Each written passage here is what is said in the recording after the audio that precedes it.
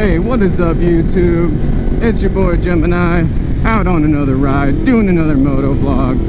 You guys know how it goes.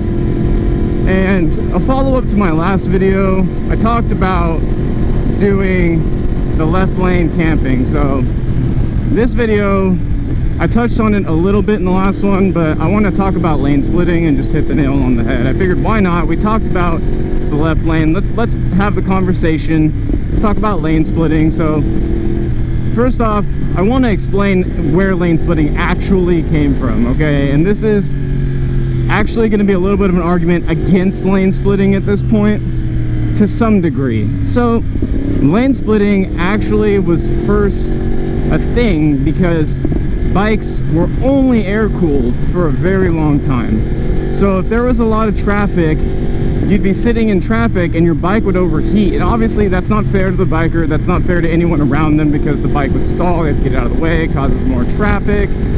So they said, okay, let's let the bikes lane split or filter in between the cars. They can fit through there, it's not a big deal, they just have to do it safely, etc., etc. So then what happens when the liquid cooled bikes come out? So now you have the liquid cool bikes that can sit still and not overheat most of the time. Obviously mechanical failure, stuff like that, but that can happen to cars too. Well, do they need a lane split anymore? So the argument comes down to safety, right? Because in my opinion, and again, this is an opinion, I feel that lane splitting is a safer thing for me to do if done correctly, because I would rather be at the front of the pack, or I'd rather have the ability to get through the cars to get to an area where I have a bigger comfort zone. You know, I have more escape routes, because, you know, it's my life on the line. And you could say, oh, well, it's not safe, you know, a car can merge over and hit you. Well, yeah, you know, that's true, but if you're not lane splitting and you're in between all the cars, that can still happen regardless. The CHP, and I'm speaking to California only right now, by the way, in terms of legalities, the CHP deems it not illegal to lane split. So technically, it's a really weird gray zone in California. The CHP cannot enforce lane splitting violations. I mean, they can still give you reckless driving and speeding if you're lane splitting, but just lane splitting on its own, they can't enforce and hand out traffic violations. But there is also nowhere that says that lane splitting is legal. So with insurance companies, it gets pretty complicated when there are accidents involving lane splitting. So the CHP also had guidelines that they established for lane splitting, right? Guidelines saying what their recommendations were. And again, these weren't even laws, these weren't even enforceable. They were just saying, hey, if you're gonna lane split, do it like this.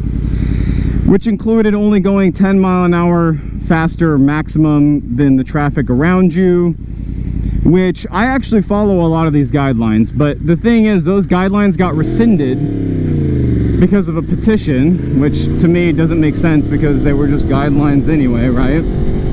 And they removed them from the CHP website, so now there are no guidelines. And again, it makes it really weird because the cops can't really enforce lane splitting, but they can enforce other violations related to the lane splitting. So that's where California stands in terms of the way that it's written in the vehicle code, the way that the laws work, etc.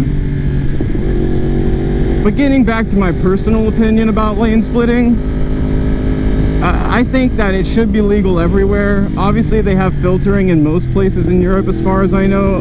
Maybe not most places. I honestly am pretty ignorant to the overall status of filtering laws in Europe.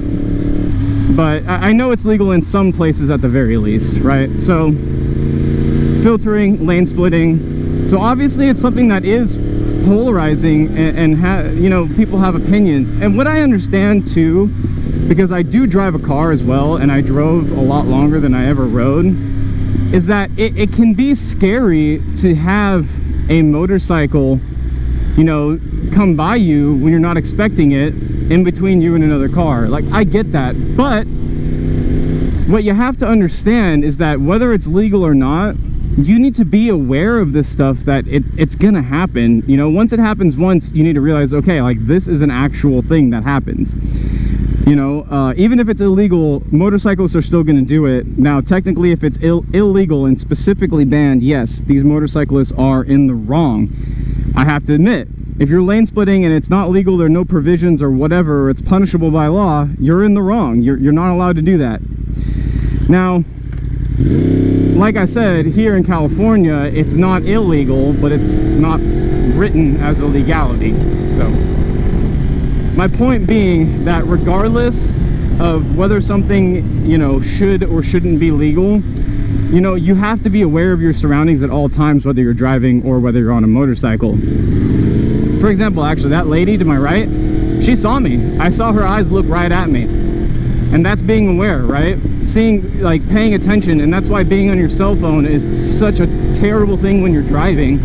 I've been guilty of it before, but especially after I started riding, I've really cut back. You know, I make sure that my phone's mounted on something because it just makes it that much easier to not have it in my hand.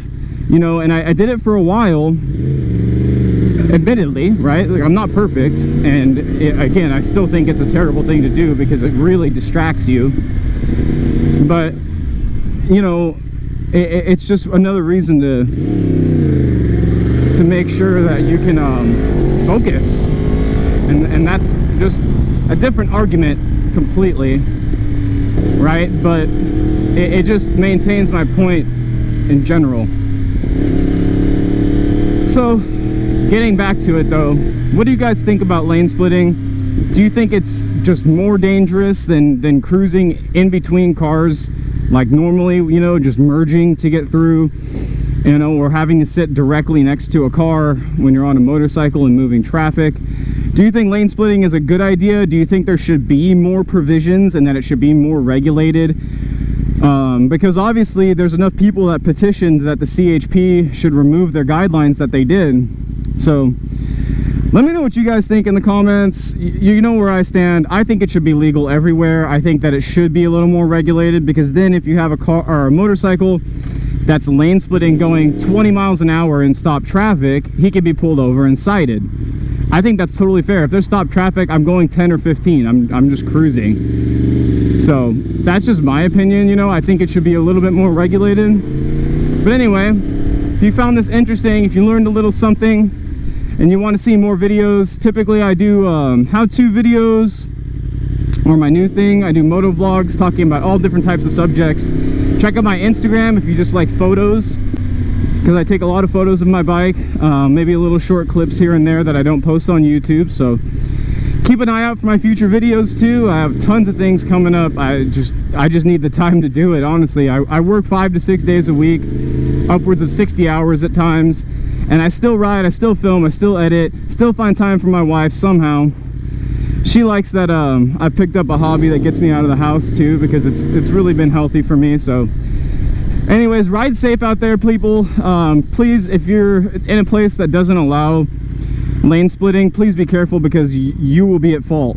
I'm not saying don't lane split if it's illegal. I'm just saying be careful, because you will be held liable for any laws that you break. So anyway, guys, I'll talk to you all later. This is Gemini once again. Peace.